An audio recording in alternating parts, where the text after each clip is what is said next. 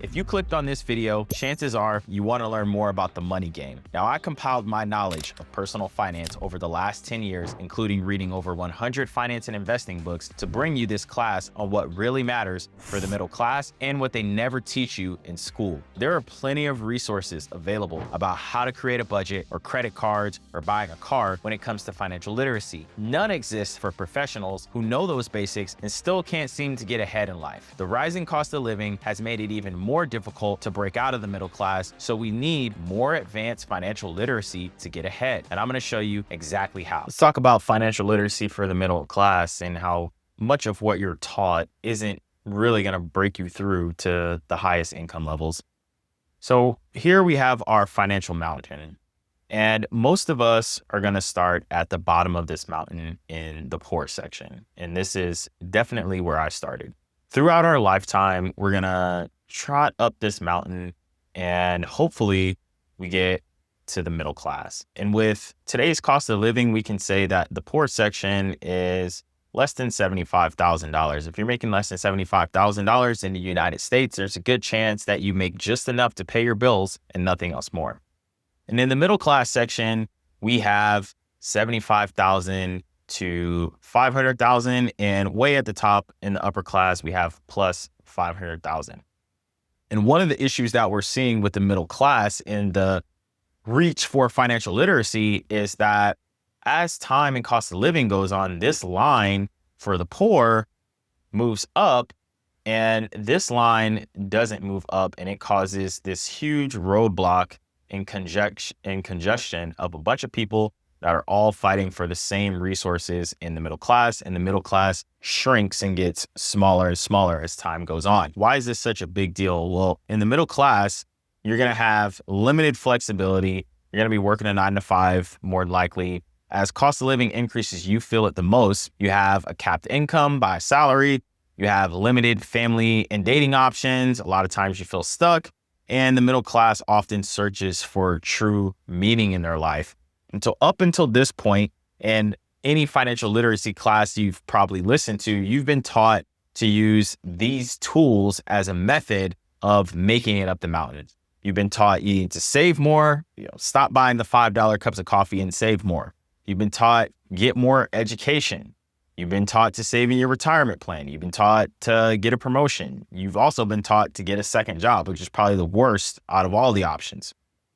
And the funny thing is that using all these, very few people are going to break through to the upper class. Most people are going to make it up the mountain, and depending on what they do, they're going to make it to some zone. And then they're going to say, man, I'm pretty old and I'm tired, and let me just make my way back down this mountain here. And that's what we call retirement. So what is the piece of information that keeps the middle class in the middle class and prevents them from going up to the top of the mountain? And after studying this for many, many, many years, I've concluded that it really boils down to understanding one single concept.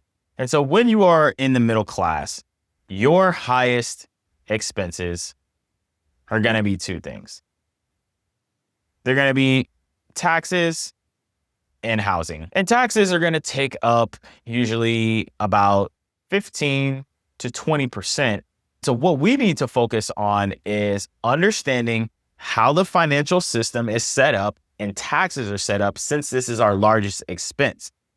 And how the tax system is set up in the United States, and what they never teach you in school, is that everything about the tax system wants you to take risk. Every single thing about it. And the reason, and the way they incentivize risk is through business expenses. Very simple. Let's walk through an example, and then I'm going to show you how anybody can use business expenses to their advantage. So let's say we have a lawyer. He's a professional, and this lawyer is fresh out of law school, and he's making $100,000 a year fresh out of law school. And out of that $100,000, his taxes that he pays is $20,000. Now understand that he's going to pay these taxes before he sees the money. So whether he likes it or not, this money is automatically going to the IRS. And so we need to figure out, how do we get as much money of this back as possible? Because since this is our largest expense, this is going to be the key to our future in breaking through. And what the US wants us to do is start a business. They've made this very clear. And I can prove this because if we were to go to school, when we go to school and use the education route, the return on investment is pretty low based on the cost of the education. And also, the government does not let you commit bankruptcy on this educational debt. You're going to pay it off no matter what. On the other hand, if you start a business, you can go bankrupt. So we already know our worst case scenario is bankruptcy. The beautiful thing about bankruptcy is that your retirement accounts and your personal home are protected. So any money that you put in a retirement account cannot be touched. But we're not planning on bankruptcy. So let's walk through this. So anybody right now, if you are a professional and you're saying, yeah, I hear you, but I don't want to start a business. I don't want to take the risk. I don't want to take the money. It's a lot of time, so on and so forth. I'm going to show you one of the easiest businesses to start that's going to turn the tax table in your favor to allow you to progress and get up the mountain. And what you're going to do is you're going to teach someone something. That's it. Very simple. We don't have to make it any more complicated than this. You're going to teach someone something. Let's say you're a lawyer in our example that we gave. Now, you may be working at a law firm and you don't want to directly compete with your law firm because that's one of the easiest ways to get fired is taking market share from your current employer. But what if you were to teach students how to get into law school and you start a business around this? Ideally, you want to start a business that is close to the profession that you already do. And here's why. So right now, if you're a lawyer, you probably have some expenses that look like this. You pay for your internet. You go to conferences. You might take a course. You have a vehicle, more than likely. You have a computer. And you have all these expenses, utilities, electric, so on and so forth. When you run a business, what the IRS allows you to do is to take these, what's called dual expenses, and the proportion that you spend on them for your business, you're able to lower your taxes, which is your largest expense. So now let's think about this for a second. From a financial literacy standpoint, you already have to pay the taxes. The IRS takes it from you. These are expenses that you already are going to pay for. There's a high probability that you're already paying for it. But now, because I started a business and I understand the tax code and I understand what the US government wants me to do, I can begin to deduct a portion of these expenses to lower my tax liability. But this gets even better. What the US government also brings into the code is depreciation. What's so special about depreciation is that depreciation is what we call a non-cash expense. You actually didn't spend money when you depreciate an asset.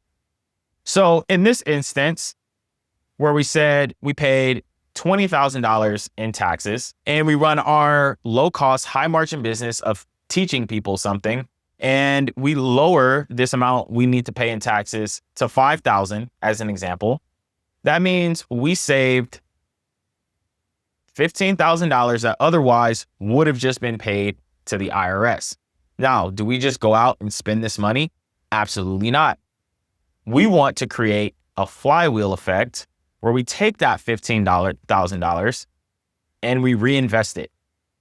And we're going to reinvest this either into our business to make it better, or we can just reinvest it into other investments and markets. So let me give you an example of this in action and what I actually did in my life. So I switched my careers and I took a huge pay cut to start working in finance. And my first job, my salary was $65,000, my first finance job. Now, if I'm trying to make it up the mountain all the way to the top, do you think I'm going to be able to make it up the mountain making $65,000? No matter how much I save in my retirement, No matter how much I save in my bank account, there's only so much you can do with $50,000. You're at the bottom of the mountain and you need to make it to the top.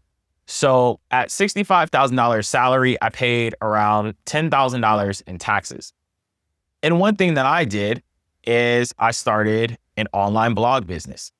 And that online blog's purpose was to educate people about finance. You can go back and look at some of our earliest blog posts, and people would reach out to me and I would charge them to teach them about financial concepts. I ran an online business. And what this did was it lowered my taxes, and I would get about $7,000 back in a tax return, right? And then I would turn around and reinvest that money. Of course, you don't want to run a business to just collect losses. That makes absolutely no sense. And the IRS is smarter than that. They're not just going to let you take dummy losses. So let's say in a worst case scenario, you've done all this work and your business is break even, right? Well, what's going to happen when you have a break even business is you're going to end up with a large portfolio, which is exactly what happened to me. So I'm having this job and I'm making $65,000. And when a better paying opportunity came along, I went to them and I said, hey, I know I'm really underqualified for this job, but I have this portfolio here of all this information that I've done and things that I've done for others. You should take a look at it. And that took me to a higher salary, right? That gave me more money.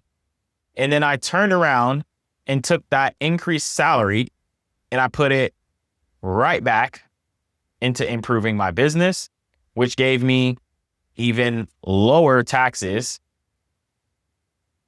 when I got my raise. And this is exactly what the US government wants to happen. This is exactly what is not taught in schools when it comes to financial literacy of the importance of a business. We often look at business as very risky, but when you understand the tax code and you understand bankruptcy laws and how it works in your favor, you begin to realize the real risk is not taking risks. The risk is not in the business. So let's go back to our mountain and see how this can play out. So if we are at the bottom of the mountain and we're trying to climb up, we know that in this zone, the more we get paid, we have more taxes, right? And we know that as long as we are a W-2 employee, there's very little that we can do to lower this tax liability. So even if I did make it to a point where I was making a huge salary, there's little to nothing that I can do to reduce my tax liability. However, if I start a low cost, high margin business, teaching somebody something, what I've instantly done is I've effectively put very little amount of risk on the table, right? Like there's not much risk that I'm putting into this. I've lowered my tax liability. I've built a larger portfolio, and I've also given myself ding, ding, ding, ding, ding, the opportunity. So whether this business works or not, it really doesn't matter. I've opened the opportunity for it to work because I know that as long as I'm in this middle class zone, everything about the system that's designed is set up to work against me. I'm going to pay higher taxes. I'm relying on a promotion. I might have to get a second job, which is second job. I'm going to pay even more taxes. Now, eventually your business should become profitable, at which point you are going to have to pay taxes. But at that point, now you have negotiating power to move up the top of the mountain past the line, right? So everybody's standing in line, waiting for the same promotions, waiting for the same opportunities. But what you've done is essentially you've moved back to the bottom of the mountain and you went to a helicopter pilot, right? And you told that helicopter pilot, hey man, like I'm trying to make it to the top of this mountain. I don't really want to climb up and get caught in this bottleneck with everybody else. I just want to fly to the top. And you've created that unlimited income opportunity for yourself. So this is the piece of financial literacy that's not taught to the middle class and how they can break through in this opportunity. Because remember, as cost of living is increasing slowly and slowly, this line is going to progressively go up and up and up and up. We're seeing that right now with housing costs. The middle class is priced out of the housing market. What can we do about it? Now, there is another more advanced strategy that I've used that lets you pay even less in taxes. And if you want to know more about that more advanced strategy, go ahead and click the video that's gonna be linked here.